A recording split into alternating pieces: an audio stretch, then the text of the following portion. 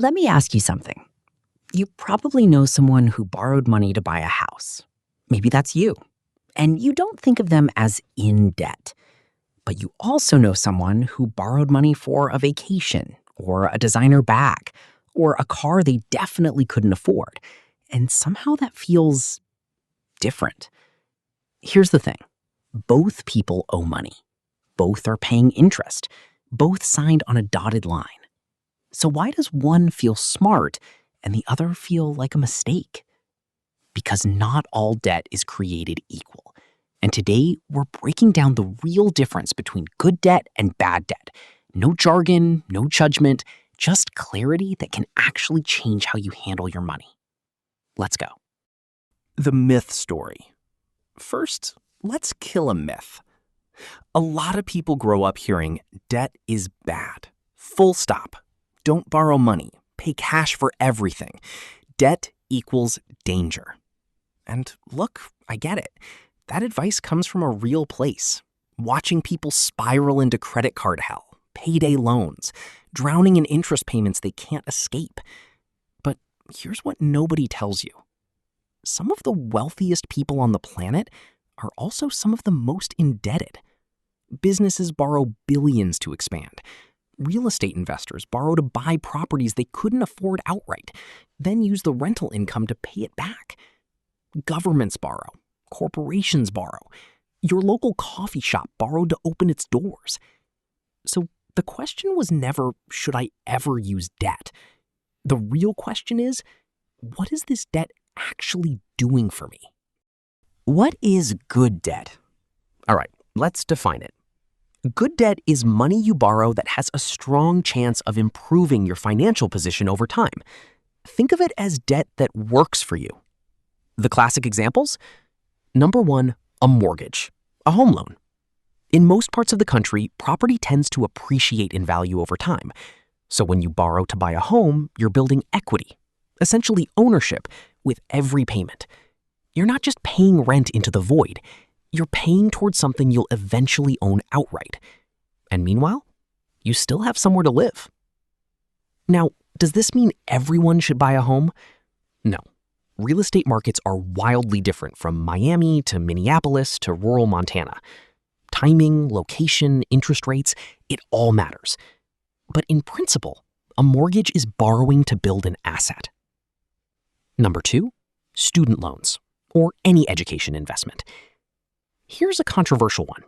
Education debt gets a bad reputation. And honestly, sometimes it deserves it.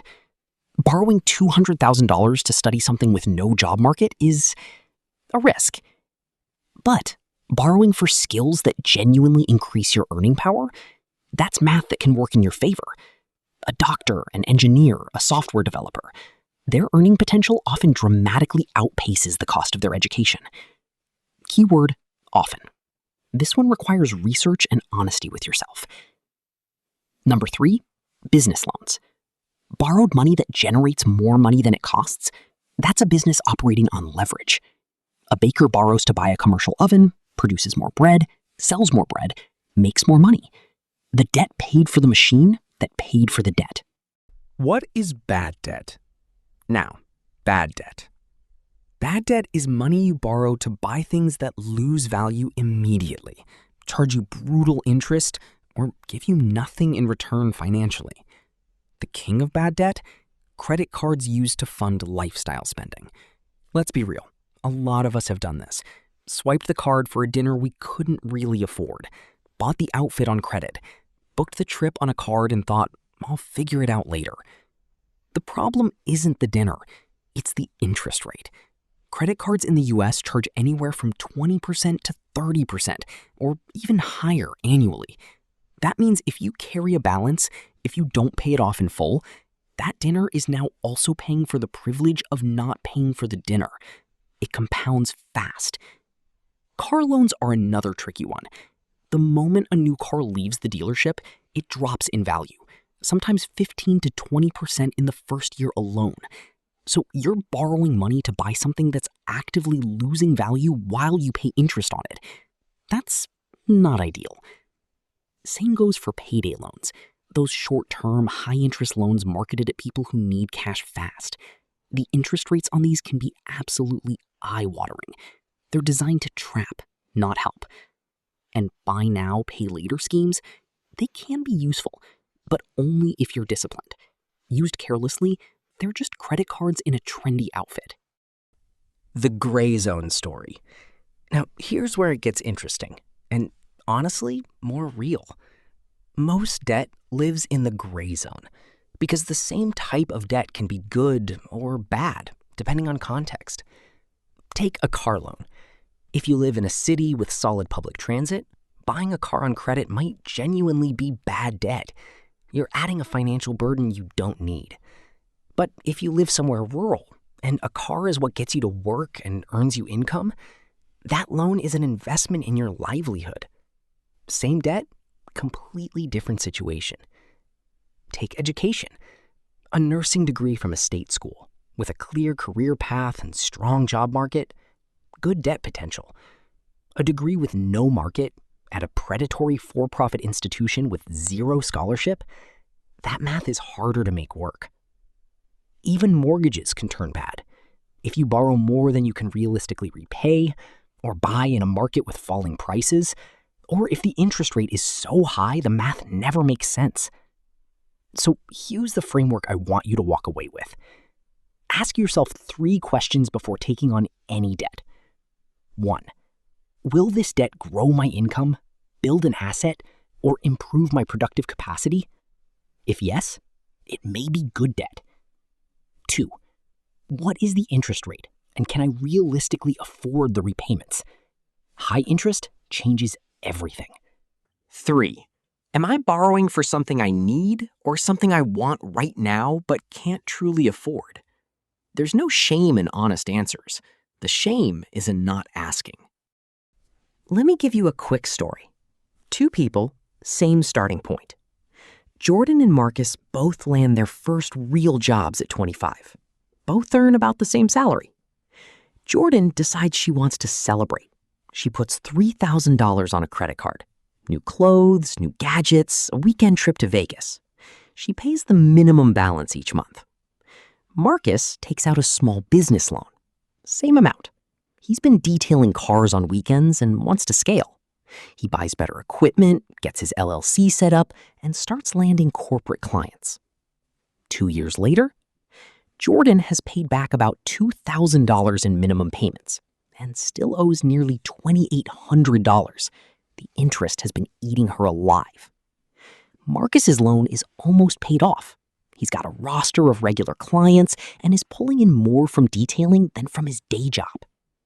Same starting point, completely different outcomes, because one debt consumed money, the other created it. How to get out of bad debt. Okay, but what if you already have bad debt? What do you do? First, don't panic. Seriously, panicking doesn't lower interest rates. Clarity does. Step 1, list every debt you have. The balance, the interest rate, the minimum monthly payment, all of it in one place. Looking at it is uncomfortable, but ignorance is more expensive. Step 2, prioritize by interest rate. Pay minimum on everything else and throw every extra dollar you have at the highest interest debt first. This is called the avalanche method. It's mathematically optimal. Some people prefer the snowball method. Pay off the smallest balance first for a psychological win. Both work. The best method is the one you'll actually stick to.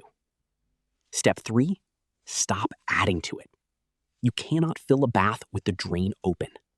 If you're paying down credit card debt while still putting lifestyle spending on a credit card, you're running in place. Step 4, look for ways to reduce the rate. Debt consolidation, balance transfers, renegotiating with your lender. These aren't always possible, but always worth exploring. And 5, automate what you can. Humans are bad at remembering to pay bills. Set up automatic payments and stop relying on willpower. The takeaway. Here's what I want you to remember. And I mean actually remember, not just nod and scroll. Debt is a tool. And like any tool, it can build something or it can damage something. A hammer can build a house. A hammer can also break a window. The hammer doesn't decide, you do. Good debt grows your income, builds an asset, has manageable interest, and has a plan behind it.